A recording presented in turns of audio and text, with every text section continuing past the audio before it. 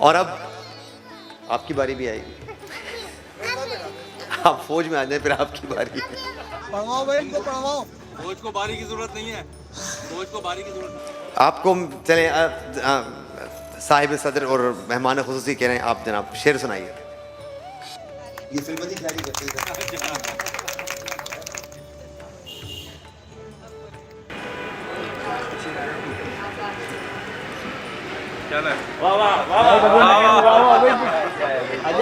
जी अस्सलाम वालेकुम दोस्तों। वालेकुम अस्सलाम।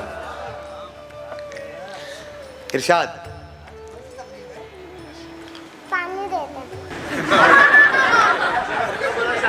तुम्हारा बेटा ये चाय तो नहीं चाहिए।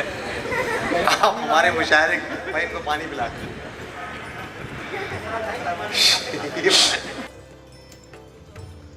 वो जो खुदा से कड़े दिल से जनाब आप सुना दीजिए, शेर पूरा मुकम्मल कर दीजिए।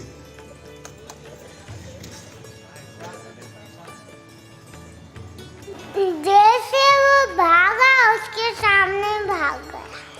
यार वाह वाह वाह। भाई वाह वाह हो गया बस सर, बहुत अच्छे आपने अच्छा शेर सुनाया। अच्छा एक और सुना दे, फिर हम मुशायरा अपना जफाई 3 सुनाते हैं आप। नहीं सुना। अच्छा चलो चलें ठीक है, थैंक यू।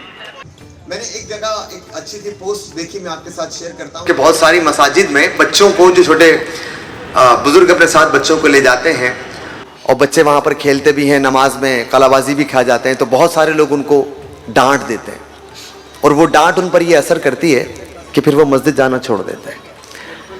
तो हो सकता है कि बहुत सारे लोगों को जरा वकार साहब ने मुशायरा अरेंज किया तो जो वकार साहब के बच्चे जाएंगे, जो वकार साहब जाएंगे, लेकिन मेरा मानना यह है कि आज ये इस जगह पर बैठ करके इस तरह पढ़ रहे हैं, उन्हें फिलवदी पढ़ा, जो कुछ भी पढ़ा है, लेकिन एक महफिल को समझना, और अगर हम आज कुछ कहने के काबिल हैं तो इसलिए काबिल हैं कि हम इस उम्र में हमारे अपने वालिद की उंगली पकड़ के मुशायरों में जाया करते थे, और वो असातिज़ा किराम दर्द सदी साहब, वाजिद सईदी साहब, अनवर बरेलवी साहब, सालिक अजीज़ी साहब, अजीज़ जयपुरी साहब, इनको मैंने अपनी आंखों से पढ़ते हुए देखा है।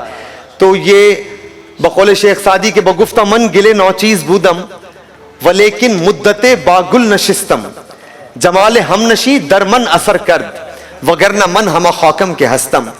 तो ये महफिल है और इस महफिल के फयूज़ और बरक़ात और ये असातिज़ा की मौजूदगी और इनकी शख्सियत का निखार, इनकी शख्सियत के असरात, वो यकीनन हम सब में कहीं ना कहीं किसी न किसी तरह से हमारी शख्सियत को बेहतर बनाने में अपना काम सर अंजाम दे रहे हैं।